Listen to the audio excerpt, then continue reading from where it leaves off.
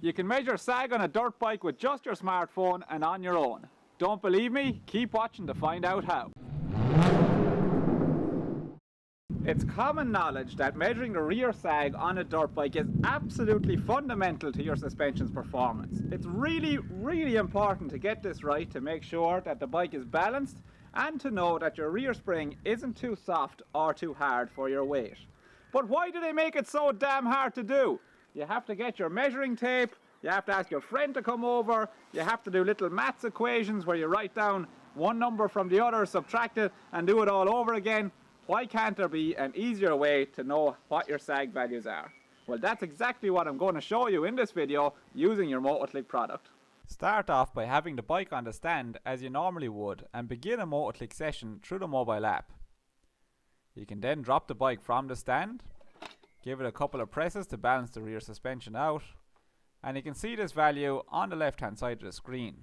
At the minute it's about 50 millimeters. Make sure to swap into your full dirt bike gear from top to bottom when measuring your race sag, and here we can measure it and see that it's just over 110 millimeters. So our sag is set too soft for my weight. Okay, here's a little tech tip for you. Usually what you would see people doing at home in this situation is taking a big long screwdriver and a hammer to unlock the locking ring and then also to adjust the preload ring. Bang, bang, bang, bang. We don't need that.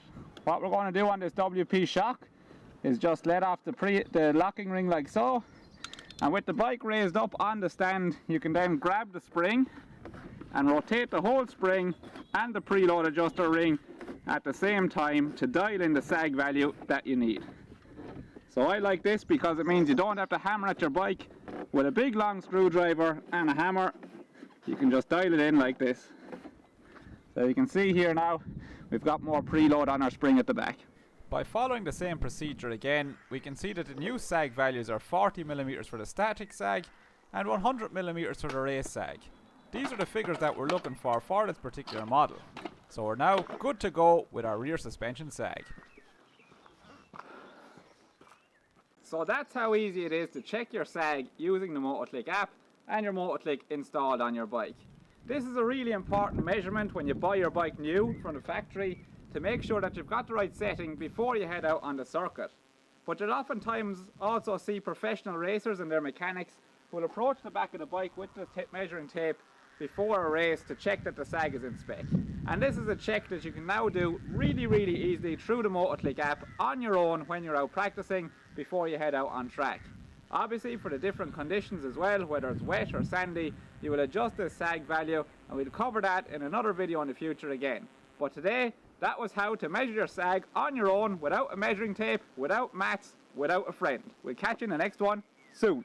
If you want your own Motoklik, then be sure to subscribe to the Motoklik email newsletter at motoklik.com.